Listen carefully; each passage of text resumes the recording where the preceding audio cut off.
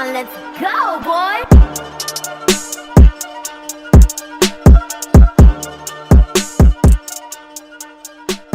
Hey, what's going on, folks? It's CJ here from Three Black Geeks, and we got a very special interview here. Introduce yourself, sir. And my name is Fellow Gooden Jr., aka JG Traveler. I am also the creator of the Travelers Frontier. Cool. So Travelers Frontier, like, actually, let me back up for a second because I'm always very curious about people that get into the endeavors of like doing their own sort of like graphic novel, comic, or whatever and stuff. So, what inspires you to actually dip a toe into actually doing this? Well, I've always been a writer, so I can remember since the age of 5, and I'm 40 now. So, um, actually Powerland was actually my first series, but it wasn't as polished as it is now. Oh, okay. Um, but my first published work was in the Rayloya verse, Mhm. which was still in Travelers Frontier before the Travelers Frontier was actually coined. I didn't coin the Travelers Frontier maybe in the last 15 years, maybe. Wow. I started writing Rayloya and Dawn right after, like, before I graduated from college in 2009. I think I was working on a book in 2008. Mhm. And then I finished it in 2010. It was published by Dream Team Publishing. Then they went under, and I Oh, just went wow. to Amazon. Oh, okay. So for you, was like Amazon a pretty easy way to get your stuff like really put out there for the general Right. audience? Yeah, and then they went to Kindle Publishing because it was, what was it called? Create Space, Mhm. and then Amazon bought them out and then merged them into Kindle Direct Publishing. Um, but I took those books off because I found out it's like I could add more to this, add more connective tissue because I was still solidifying the Rayloya verse. Yeah. And so the name of the series I named in French Memoir de Rayloya for Mhm. Rayloya's memory. Yeah. And so the way how I told the story is like at first I had 3 books. The second book was a different name, it was called Collisions, but um the lady in the second book, she is British Romani. She's a Okay. person of color. Yeah. Um, and she's Italian, and she does fight with the social offenders owner, and one of her personalities, that's like a Batgirl persona, Mhm. she speaks mostly Latin. Okay. So I said, let me name this the book, rename the book in Latin, and so I came up with the word, translated the word Sanctus Vigilia, which Mhm. means the Holy Watch. Oh, She wow. thinks Okay. she's a holy warrior. Yeah. So, Yeah. um, and then Shadows of Revival, which I'm currently editing that book right now. But the one that I took off was a lot different. And good thing nobody was really buying it except for my aunt, which is Yeah. she's my biggest supporter in my Mhm. writing. Um, because there were some things I was gonna do like a manga series explaining the third book a little bit more, but I said, wait a minute, save the manga series for the sequel of that. I like it Yeah. because the character in the third book was born in Power. When was it? No, she was conceived in Reloraverse, but she grew up in Powerland. Oh, okay. So I rewrote the beginning of the story as it more or less explaining what she went through in her hometown before Mhm. going to the Reloverse to what her mission was. Because she's part of this organization called the Time Travel Administration. Which, um, before we get to those 3 books, I've already explained what the Time Travel Administration is in the prequel books. Like at first, I begin with Doctor Kronos. Mhm. She's the inventor of time travel. Everything started with her because from her the entire multiverse was created because she's like changing stuff, and so yeah, all these realities has been splintered from her work. So then my Nebula is a story of Othniel James Goodman, which is the timeline that she inadvertently created trying to change her own. Mhm. And I have a couple other manuscripts, but there's one book that I just finished called Cyberstorm. Even though it takes place in cyberspace, it technically is the first story in the Reloaderverse because cyberspace begins in the 1800s with the Mhm. telegraph. Oh It's wow. digital information because it's Yeah. Morse code. So Yeah. it's Yeah. imagine if we're only talking through a telegraph, that's still going through cyberspace because you're going through the electric wires. Yeah. Electric wires. Electricity Yeah. creates some kind of network, even though it's not sophisticated like it was in when it began in 1999. It's still a It's an old digital school network. network. Yeah, it's an old school sort of network. Right, Yeah. right. And that started with George Lesage. Okay.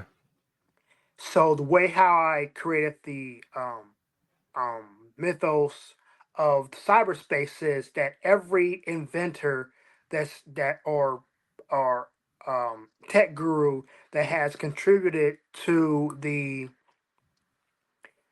advancement and expansion of cyberspace, there's an AI god in its steed Oh in their wow. steed. So in place of George Lesage is George the Sage. He Uh, wasn't, and after him, he started establishing what they call lords of cyberspace. mhm. So after him came Lord Morse. Morse code. Yeah. Yeah, Yeah. yeah, yeah. And then Yeah. you have Lord Shan Elwood after Claude Shan Elwood, the father of modern information. And then there's even fun AIs. Like I call him the Lord of Games, not the King of Games, Lord of Games. Lord Lawson, after Jerry Lawson, the guy who's responsible for the cartridge, and the reason why we Yeah. have regular Nintendo. Yeah. So it's kind of like a buildup of all. All right, cool. Right. Like for you, because this is always something that always fascinated me because we've Mhm, interviewed so many people in the indie space, people mhm, that do fantasy books and got their start of being inspired by, Lord of the Rings, and then just kind of it spurred on them kind of creating their own original stuff. For you, creating what you did, was there always like that sort of thing of like you never want to lean heavy on the inspirations and more so like based on what you want to do original? Because there's right. always that thing of like, oh, my book is based off of the X-Men, and everything you read from the book just feels Mm-mm. very X-Men derivative. It doesn't feel like it's original. So did you ever hit those sort of like hiccups in your writing process, and how did you get like past those hiccups, if you did Well, have it? I try to like I may have like certain references like certain situations in the books that I've written. They play games that we actually play. Like I have like one group of people in one of my novels. They're playing League of Legends. Yeah, yeah, And then in Powerland, in the first chapter, it tells you like there's a group of like um the queen basically gives a makeover to a um oppressed race, mhm, and at face value they look like elves, Lord of the Rings, but she calls them Amnarians. And then her husband said, like, well, where did you get the idea to give them pointed ears from? She's like, I read about them in a book of fiction. So then I have this panel mhm. where she's reaching for the Lord of the Rings box set in the library as a Wow. kid. Okay. Okay. That totally makes sense. Right. So I mean, obviously you being, black writer in this Mhm. sort of space, what was your sort of perspective when it came to sort of the rise of like conventions, specifically sort of like black conventions and such, whether it's like BlurCon or any of those things? Like from your perspective, like what was your Yeah, thoughts on that? that really surprised me. Like I started with Virtuous Con. I've heard about that. And I have set a booth there, and actually one of my high school buddies that I went to school with, and he recognized it because he was really big back in the Overwatch scene as a shoutcaster. Mhm. Shout out to Malik Forte. Um, he was in a panel at Virtuous Con. I left him a comment, Yeah. have him speak on something. I forgot what it was. And he recognized who I was, like right then and there, because he recognized my name. And he said, Wow. shout out to. And I said, yeah, that's good. Thinking like you got someone who's technically a celebrity out there Yeah. knows his buddies that he rode with in high school. And Yeah. I was one of them. And like for me, I was a geek back then, a blurred back then, Yeah. and like I was making video games. Like he was one of the first ones in my high school that played some games like that I've created. Like I think I used RPG Maker. I Oh think that man, was I remember that game. That's crazy. Cause I yeah. kind of messed. It's a I dev kit. dabbled in that. Yeah, I Yeah, dabbled yeah, with that. It was actually a fun little game. yeah. And actually, when I first heard of it was RPG Maker 95. Okay. In 97 when I downloaded it, and the guy that was responsible from translating it from Japanese to English, he also translated to Spanish and Russian. Yeah. I got him to play one of my games, and I Wow. think that was the same game that Malik played as well. And he had another friend that was actually Japanese, so there's like Yeah. for him, he had some games that we couldn't get yet. And I said, "How can you read that?" I said, "Simple. I'm Japanese." I said, "Okay." Well, that makes Um, sense. Yeah. and then we had to create like and he wasn't the only one. There was like other Japanese like foreign exchange students Mhm. that we had to create a whole nother set of rules when we were playing Yu-Gi-Oh. You couldn't use the Egyptian God card. You couldn't use any card that was not in English Yeah. Wow. because those cards, like those archetypes, trumped anything that the American decks had at that time. Okay. Yeah. I dabbled So a it's little Yu-Gi-Oh, so that makes sense. yeah, like we didn't have the XZ's canon yet. Damn. And they had it like, and they even had like the fusion for it. And I said, no, you can't use that. Mm. So And how then did that? like, So how did that spill into like just the black conventions and stuff from VirtuousCon and just kind of going from there? yeah, I Virtus Con, like I got to set up like when I was promoting Powerland back then. On probably had probably like a couple of um. I think I had like a couple of episodes done. Like I had issue one done, and I think I was selling some like playing cards that I had like of each character. So it's like a regular 52 deck, Yeah. and I was selling them. I had some of my books that I was having for sale, and I got some sales out of it. That was like surprised me. I sometimes because I wasn't really doing good in sales and like Mhm. readership, and then the pandemic happened, and then that stuff just blew up. Like, are you Yeah. serious? I wasn't even expecting like the people that just showed up to watch my like I'm over here at another like in another booth, talking to, some people that I know do Instagram. Yeah. And then I have people just showing up at my booth and I'm like, okay, I gotta go back. Yeah. So I mean that what's funny because there are a lot of people whose stories were based off of like the pandemic really did provided them a boost because it put eyes on their product. Was there a sense of sort Mhm. of like nervousness of how people were going to take to your books that you were putting out at that time? Well, I always believe that, I was always going to have like a fan base.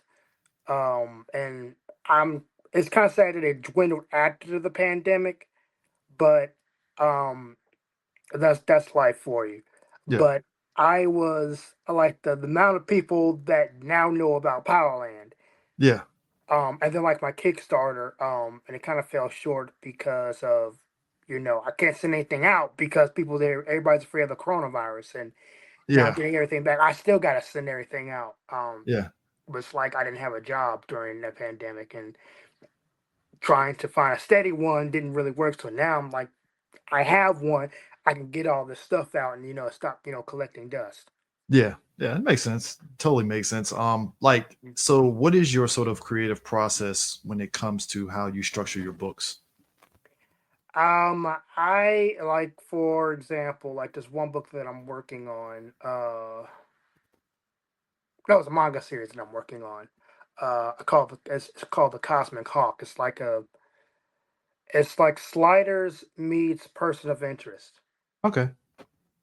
So you had like someone being hunted by the government or a group of people being hunted by the government, and they have this technology they can cross dimensions with, but Okay. very, very low to memory. Very low to memory, more of us like technology. There's a scene in the series where the person that's like there's several staples in the Reloaded universe in each timeline that there is, and like how I explain it's like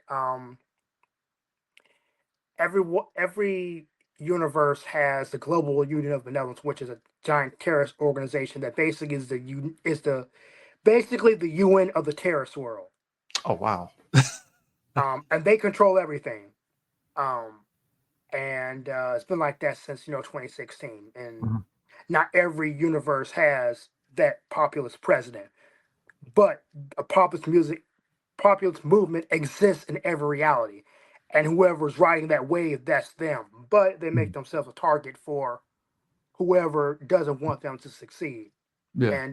And this in this corner of the fictional multiverse, Goob is the one that basically silenced that populist wave and set their own wave. Yeah. And so the other part formula of the Rayloya verse is the Melis Foundation, who opposes the Goob. Hmm. Um, and then you have the Everson Tech, which is basically like Iron Man tech or any kind of advanced Yeah. technology. Yeah. Um, and the Goob after Everson Tech because they fear it. It's the only thing that can stop them. Yeah. But the Melis Foundation has built like the Everstons. They contribute to the Melis Foundation, created Reloria, um and Reloria is not always in the same place Yeah. throughout the Reloria verse. In the main Reloria verse, it's in orbit of the moon. In Cosmic Hawk, it's not, I forgot where I said where I put it at. I haven't written that part yet. Okay. But um and other universes like Freloria is an idea, not a Yeah. space station. Okay. Um, and then like the other ones is the Lunning. Was it Project Chimera or Chimera Genetic Designs, Hmm. which is the Lunningham, basically Lord Lunningham himself. Hmm. But not all Lunninghams are evil. Lord Lunningham is, but then you have Doctor Lunningham, Doctor Eric Lunningham, and his twin sister Aaron. Hmm. They're in the main universe, but the main Lunningham is Lord Lunningham, and so Wow. there is like Is there that confu- formula. Mhm. I Yeah, mean, is it there can't be. confusion? Yeah, is it like confusing, I guess, in terms of like how you're balancing? Because multiverse Mhm. stuff, it always feels like it could get Yeah. a little, you can kind of like lose yourself in that. So is it like Mhm. hard? I mean, how do you keep yourself from not losing yourself with like balancing that multiverse aspect of it? Yeah, I would recognize like what world I'm in. Yeah. Because when I was writing my Nebula, because the way how it is like the way how I wrote like 2K Returner. He's basically the Black Doctor before they came up with Shutigawa. Okay. Like, so I don't know. One writer may have read my name and said, "Okay, let's make a Black Doctor. We'll bring in Shutigawa or whatever." But the thing is, I created the idea of a Black Doctor in the fifth grade story called W.C. Island, and it was Mhm. about a time traveling detective who was from a futuristic Earth society, basically after Lunningham. Okay. And when I wrote my Nebula years later, um, it was last year around maybe this time I had published it. Can't remember Mhm. when I published because I know it's been a year since I published that book. Mhm. Um, he goes into several universes and find different variations of his arch nemesis, Ivan Emanuel. Okay. And in his dimension, Ivan Emanuel has not become a TTA agent. He finds out that this Emmanuel is from Lord Lunningham's dimension. Man. And the guy who invites him to TTA was actually him. And so you have this traitor Yeah.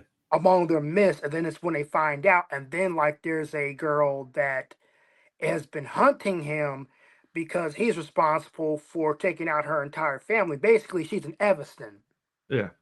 And her story was also in the backdrop of Doctor um no, and that's the I thought it was a Dr. Kronos, but she kind of opened up like some things like because they didn't know who Valencia Valentine was. Mhm. And my Nebula, you find out who she is, but that's not the end of her story. Mhm.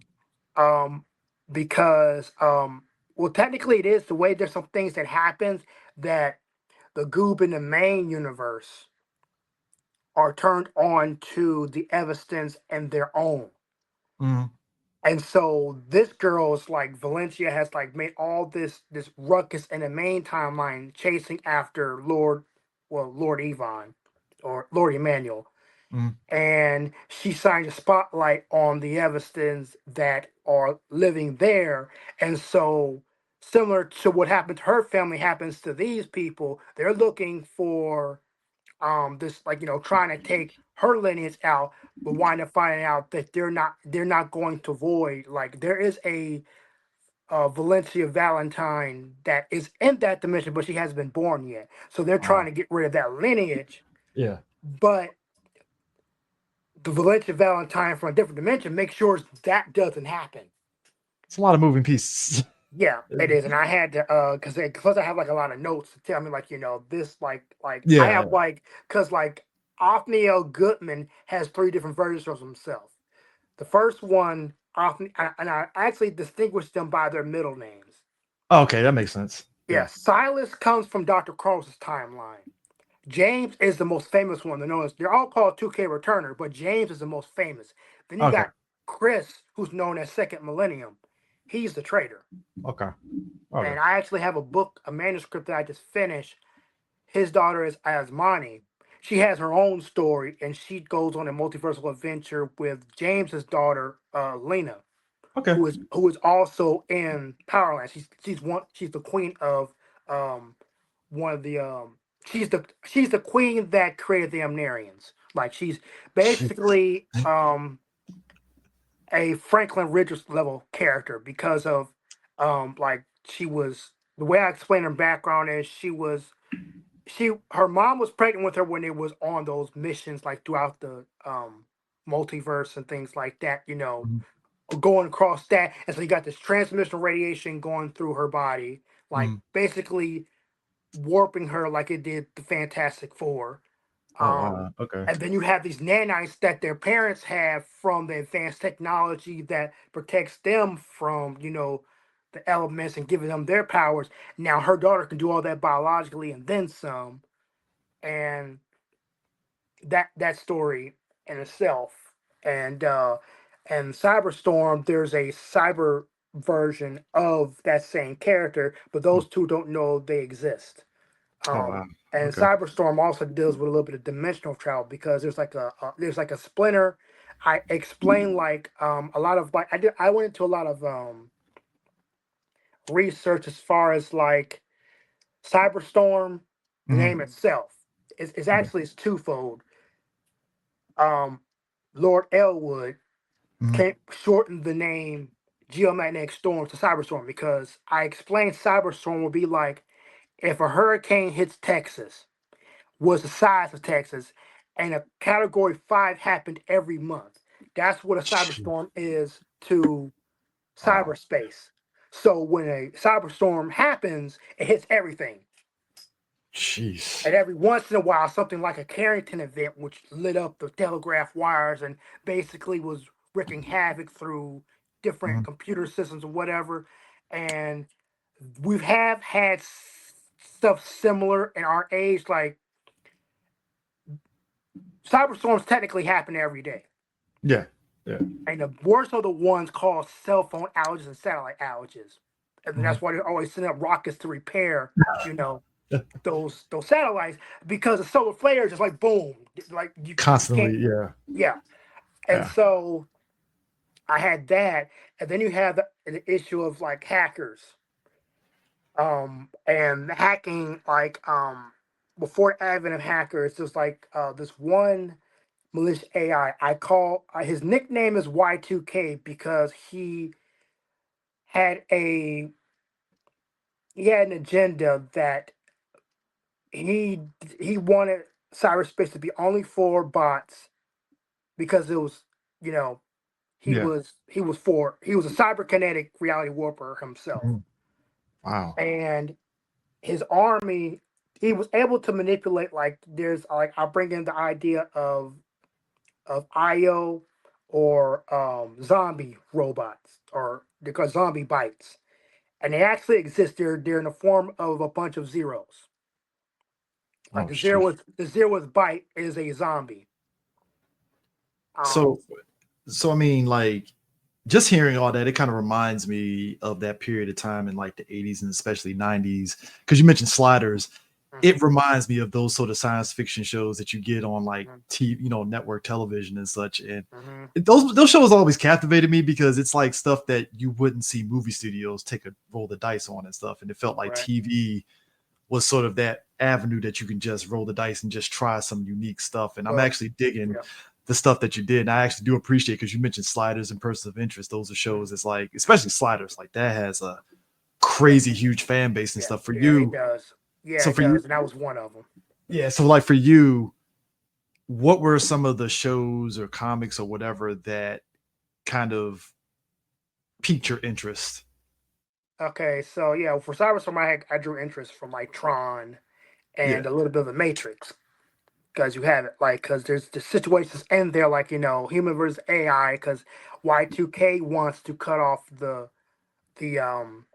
the human world from cyberspace, not knowing that, well, he probably didn't really care. It would basically create a dark age for us because we can't connect to the internet or use our cell phones because all that's interconnected. So, like, you have all the stuff that was supposed to come out during the information age of 2000, and mankind is cut off from the internet because of Mhm. Y2K. Um, but like other stories that I had was it's mostly anime and manga. Mhm.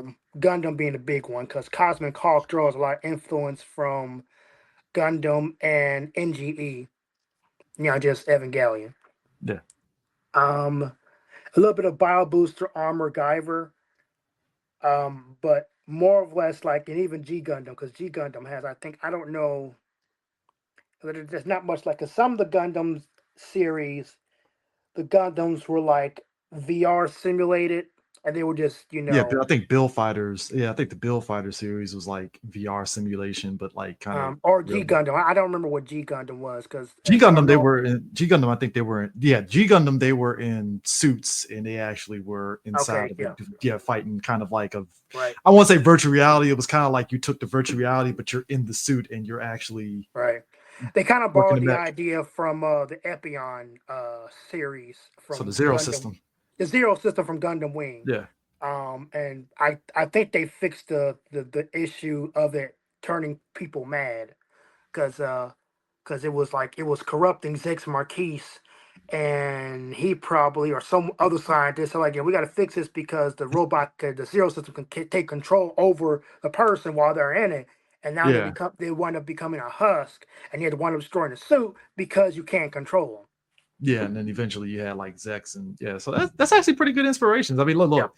I think a lot of people are starting to come around. I'm actually happy that people are coming around to Gundam and Yeah. really understanding it now. And it could be because, you got some of the new Gundam shows that are on Netflix Mhm. now, Requiem of Vengeance and But even one that. thing, So, yeah, because one thing is like for me, because Cyberstorm is actually based on this web series that I'm still on the last two. It's on hiatus for a while because I want to go really big for the next episode, and I need like a green screen, and I don't have enough light or space in my area to yeah. do that. I can't even go downstairs because like I just set it up, and then I need enough light, and I don't have enough light in the basement. My So you ring kind of light is like, all I have.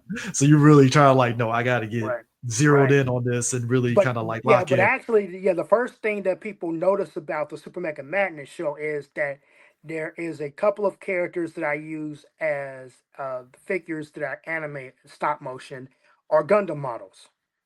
Yeah, the Gunpla. Yeah, Gunpla. Yeah. Yeah, so like, and then like two robots are like they're the tallest. I got from this series. I bought it online. It was an import. Both of them were imports. Mhm. Virtual on Cyber Troopers. Oh yeah, Virtual One. Yeah, my cousin had Virtual On. I never had a Sega Saturn. He had it, so like I Well, played Virtual On, and then I think they had the arcade of it too. But yeah, I played the one like I think back then when they had ROMs and emulators, and I had a think I had a game on there, but then like my one friend in seventh grade, he had it on Sega Saturn, and then they had like then he had Oratorio Tangram, oh yeah, yeah, yeah, I remember that. and then it was Virtual on Mars. I didn't get that one, but Yeah, I think I got that on emulator, but that was definitely an interesting game because like yeah, I just came from. I mean, we were both at MagFest, so they mhm, had Virtual On there. So I mean, you could play it straight up. But like I guess, past your inspirations and stuff, like, was there any sort of like, you obviously going full tilt into doing this? Did you have, like, I guess your parents, what was their thoughts on you kind of dipping the toe into that? Because you mentioned earlier that your aunt is your biggest fan, but like, what did your parents sort of think about like you dipping a toe into that? Well, they've bought books too. I mean, Oh, it's okay. like yeah. So it's kind of like my mom's not really into that stuff. My father is, Oh, and okay. and he saw the beginning of it because he's the one that got me into Transformers, and I just went off like went the Samurai Pizza Cats for in Japanese known as Kyato Ninja Ande, which is Ninja Yeah. Cat Legends Bite Me. Mhm. And then I went to like Toonami, Dragon Ball Z, Yeah. Trigun, um, what was it, Outlaw Star. Um, Were you into Bubblegum Crisis? Because that's another I've sort heard of. of it. I've heard of it, but I didn't really get into it. Mine was like more like Akira. Oh, okay. Yeah. That's Yeah, like, oh, that's like in the same basically, era. yeah, because Akira actually, I don't know how I forgot how far I got into Akira, but I like the idea, that not the human the human experimentation that gave him his powers, but the fact is that he was bucking the system because he didn't like being used as a weapon. Yeah. Makes it. Yeah. And they kind of did that a little bit with Final Fantasy, the First Soldier, Yeah. because Same thing. and then now they have like Ever Crisis, which actually they took that same one because it couldn't stand on its own, so they decided to make a game that basically combined retro Final Fantasy VII stories into one. Um, and you kind of got to see, where Sephiroth was coming from because he is a little kid, didn't know he was just their poster boy, basically. And people were thinking like, well, he's this highlight. He doesn't want to associate with it. He's like all big and stuff. And it's like, where do you get that from? Where do you get this from? And it's like it was like the soldier class P0 were like, well, you're under my command now. And then like Shinra comes in, it's like, no, Sephiroth's in command now because he's stronger than all of y'all. It's like, Yeah. he doesn't. He's been in simulations and now this is his first combat. Like, I mean, the thing is, like, it was kind of comical when I was reading, when I was playing it. Like the leader of the PO class, he was saying like, "Oh, you've had a bunch of combat experiences, that and the other." And Sephiroth said like, "No, this is my first real world mission. Where you been? Like, where you get that idea from?" Wow. Yeah, and I so mean, it was. Yeah, yeah. so it was kind of funny, like, that's like they have all these preconceived notions about Sephiroth, and then you get to the point where he goes full on villain, Yeah. but you see why he went there. Basically, he knew that he was special, but he didn't know how special he was. Then he Yeah. found out that he was only created to be Shinra's weapon. He said, "No, I'm done with this." Oh yeah, I mean that's I think that's the thing that people don't understand. It's like, no, he's still evil. Do not get it twisted, but like it's not like it came out of nowhere. There was a spark that Right, just get to that and stuff. So, but I mean right. that's I think it is kind of interesting. Like Yeah, people, he's a sympathetic villain, just like Killmonger yeah, yeah, and MCU Thanos, not comic book Thanos. He's an evil piece of crap. MCU Thanos, he tried to have a purpose because comic book Thanos all he wanted to please death. He yeah. was a simp. This one was just like, all right.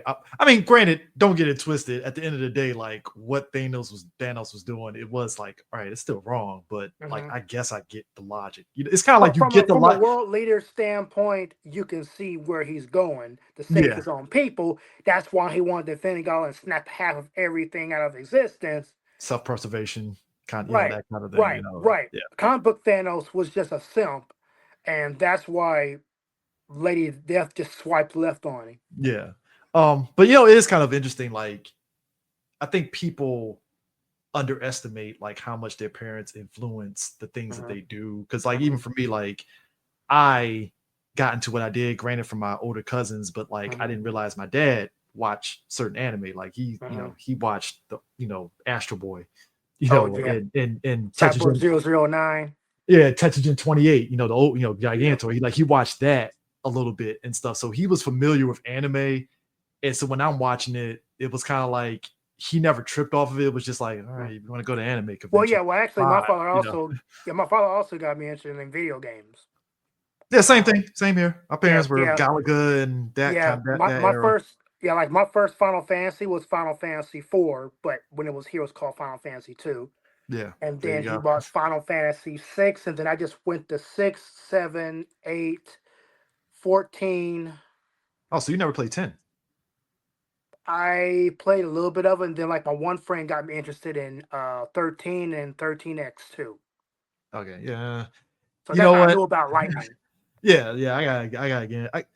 I keep telling myself I need to revisit 13 too, because and Mhm. especially the last one, the third, well, I guess the third one that rounded out that trilogy, because it was Lightning always like, Returns. yeah, that was always a trilogy of games Mhm. that for me, I really need to kind of understand the story, because the Mhm. story for me was just very just like I get it, but like I really need to understand Yeah, I had to like, and then actually my eye opener to knowing about like how they named the Final Fantasies when I bought Final Fantasy Anthology Mhm. and find out that Final Fantasy 1 and 2 wasn't what I was thinking. Yeah, it's drastically like the way they Right, translated Final Fantasy in America, right. and it Hmm. didn't really get back on track until 6. Yeah, but I You would know, have to say, yeah, I would have to say rip to Final Fantasy Opera Omnia, the City of Final Fantasy, because they brought a lot of things together. Like that game was like so masterful as yeah. far as what they did. I don't know if you ever played that game, have you? No, I have not. So basically, Opera Omnia, the Mhm. City of Final Fantasy Opera Omnia, there were characters in their own games they had died, And then they come together in that. and it was spiritists and materia that brought them to this world. But then, like each story, like each season had its own Opera Omnia centric boss. Like Ultima was like one of the final bosses, and then like they were leading towards, I forgot what it was before they had a DOS, no EOS, Mhm, end of service announcement, mhm. and there were some characters I was looking forward to, like because like there's this one of the Final Fantasies, they had everybody on that roster in Opera Omnia, and I said they need this guy and they need this guy. Like Final Fantasy 4, they had I think they had the most. The only person they was missing was Tella. They Mhm. had Fusoya, but they missed Tella. Tella was like the original Sage, the one that you couldn't learn Meteo because if he did use it, like in the story, he killed himself.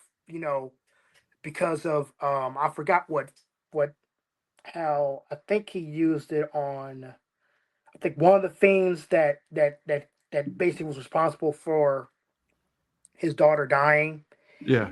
And everybody told him, "Do not cast that spell. You're too old. You cannot survive the casting." He did anyway because he was filled with rage, and it wound up killing him. Mhm. Um, and Opera Omnia, they could have went the way is that after he died, um, Materia brought him to that world, but they didn't get to that point because the game got shut down. But Yeah. there were other characters like Sephiroth after he got, put on a T-shirt after being defeated by Saber Sephiroth. He comes back, and then you got Kefka the same way after he gets put on Oh, a you said T-shirt this. by, Yeah, because huh? you said Dissidia, right? Yeah, Opera Omnia. This is like because it's the Oh, okay, city. I'm thinking it was the fighting Dissidia, because I was like, I played No, both of those there, Dissidia no, games. no. There's an RPG version, a mobile game that they had. It was Okay, like, see, I never played any of the Final Fantasy mobile games, but I heard people mhm, talk about some of them. So when you said that, I was yeah, like, this sounds like Dissidia. And I was like, I know I played Dissidia. That's why I was like, it yeah, sounds really yeah, familiar. And I was yeah. like, But it was an interesting take the way how they did that because like they had even lightning in there, like characters that were like because like even in Final Fantasy 5, Goluf, he came back like in this world. Um and then you have like the villains, like all of them, like basically. There's not one Final Fantasy villain that I play. Even they had like some of like the side ones that are like not in the main line, like Final Fantasy Origins mhm. with Jack Garland. Yeah. Well, technically, there's a Jack Garland in Final Fantasy 1. He's the final boss of them. Yeah. And then you got two of them. It's like, and then like the Jack Garland of Final Fantasy Origins, he was kind of like, this like he basically was R farming the whole game. Yeah, I mean, because I think isn't that what the was it Stranger in Paradise is basically like the origin of Final Fantasy One, essentially. Yeah, Anyway, something like it's like that. it's like a backstory of Yeah, like that. he basically was R farming. Like, he would test the characters. So like, and he was like, and the times that you lose against him, he was like, y'all ain't ready to stop what's coming, but I Yeah, am. And he said, like, when y'all can defeat me, that's when y'all ready. I said, okay, so do want to all farm. And then yeah, like when we do beat him, then that's when he joins our team. yeah. And then like they had ones from Final Fantasy Tactics, Final Fantasy Crystal. Tactics is like probably one of my favorite Final Fantasy games. Like Yeah, and I go out actually, of my way yeah. like at least once a year to replay that game. Yeah, so actually, they actually have a game that's like that, like in mobile, called Final Fantasy Brave Exvius War of the Visions, Huh. and they do have characters that are from basically a strain from Final Fantasy Brave Exvius, which happens like several hundred years after the events of War of the Visions, Hmm.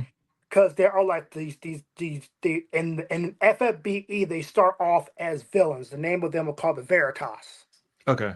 And like there's like a Dark Lord, Veritas. He's like that. Then you have like a Veritas of the wind, the heavens, the light, water, fire, ice. Hmm. Basically most of the elements, if not all of them. Yeah. And um, FBE was like the main character finds out his father goes missing, and find out that somebody his father knew created a vision of his father to bust themselves out of the world that the final boss of season 1 put them in, because he was some like basically the bad guy's name was Vlad. I'm thinking Vlad the Impaler, Yeah, Vlad and Dracula, that whole but thing. he's not he's just a very very powerful emperor. Mhm. And the Veritas was fighting the 8 sages of Hess. They came together, going to fight each other. So Vlad, who was like, the people love the Veritas, Mhm. and my enemies love the sages. Mhm. I want the people to follow me. How are we gonna fix this? Yeah. He seals both the Veritas and the sages into crystals and put them in a pocket dimension known as Lapis. So in those years, Reagan, who used to be the Dark Lord Mhm. of the Dark Lord of I forgot his full name. Dark Lord of Veritas. Okay. He starts his own family. Mhm. Rain is born, Mhm. who's the main character of FFBE, and then like his adoptive brother Laswell.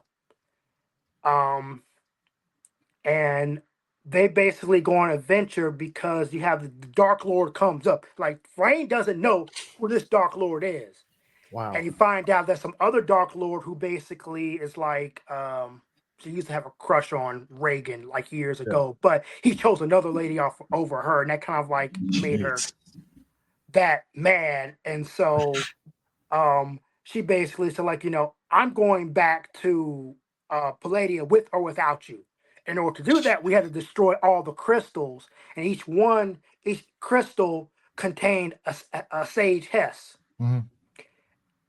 But one of them was so powerful. Like she was like reality warper level. Like in future seasons, she basically used her magic to give them a fighting chance against Vlad. She used time travel to sing Rain back as somebody else Mhm. to basically um stop Vlad from like Vlad basically put all of them in a t-shirt in the original timeline. Mhm. But the timeline that you play is the one that you win. Jeez. See, this is look, let me tell you something, folks. If you're listening to this, we man, this is another level of Final Fantasy. Cause like I said, Yeah. it's like my lore of Final Fantasy is one thing, but like I keep forgetting that like because the internet is interesting Yeah. to me in the sense that there are certain things about franchises, particularly with Final Fantasy, that if I'm just using that as an example, there are certain games, especially on the mobile side, you dismiss off like whatever, it's not mainline Final Fantasy, I don't care. But then you forget that there is lore attached to it, Right. and there are people that get attached to that lore. So when you're explaining all this, it's like, huh, Yeah, I because might have actually to check this out now. yeah, because FFBE, the way how they weave in, like, because they're like world between worlds to do like Star Wars. It's something called the far plane. Through the Ah, far plane, you go to any FF dimension. So like when FFB before they had EOS, they like the characters that you could recruit were from different dimensions. So I had like a team that was like solely Final Fantasy 4, Final Fantasy 5, Final Fantasy 6, 13, 1, 2, 3. mhm. Some of them were like maybe tactics didn't really have much representation, but the biggest Yes. representation, FFBE, the main line, they had it because like they had a lot of like 1 and 2 star units that were like from FFBE, so you have like all of them, and they just use them for like training for the stronger level characters. Um, and then War of the Visions have something the same thing because they have a far plane as well, and you have like certain like characters like Keo.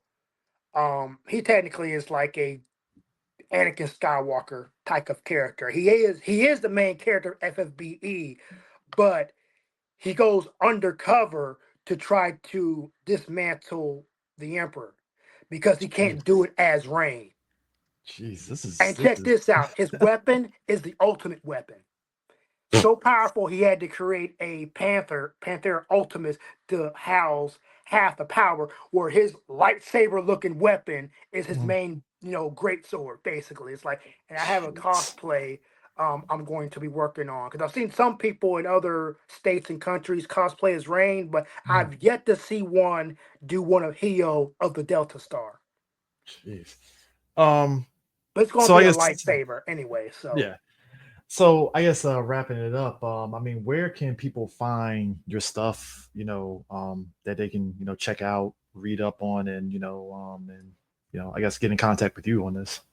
Okay, so my main Instagram is um Travelers Frontier. I do have Powerland series, but that's like my um uh the Powerland series. Like if I have like updates and that, I'll post on there. But Travelers Frontiers where everything else goes. Okay. On YouTube, I have Travelers Frontier, and 2K Returner is my gaming channel. That's my first one. I haven't posted on there in a while, but um on Amazon, I have my books on there. Othello Gooden Jr. Okay. Um, those are like my main socials. The rest of them like Twitter, JG the Traveler, and Okay. I don't know how long TikTok is going to be up. It's still I the mean, same. TikTok. Yeah, TikTok is still. Yeah, it's up. So I know it's up for how much up longer. true. True. True. All right. But Cool. I mean, yeah, you managed to get on Blue Sky yet, or? yeah. I have that JG the Traveler. I think it's on there as well, or JG Traveler. One of them. I only use those two or variation of it. Yeah, I'll have the links in the description and stuff because this is going to be up on YouTube and Mhm. all And other plus, podcasting and stuff. it's like on my link tree has all that anyway. So yeah, no, trust me, Or I'd rather mhm, have that link tree and all that stuff so at least people can just like click whatever and they at least know it. But no, it's been good chatting with you, man. very It's too. because we met at Magfest. I was like, all right, I'll check out his stuff, and I was like, okay. And now us talking and really me getting to actually understand like your Hmm. books and just like how the method to your madness of how you go about your books. It's like, Hmm. okay, this is interesting now. Now I'm intrigued. So I'm definitely gonna check it out. But with that in mind, thank you for joining in on us. And I guess I'll see you probably. I mean, you're gonna be at BlurCon, correct?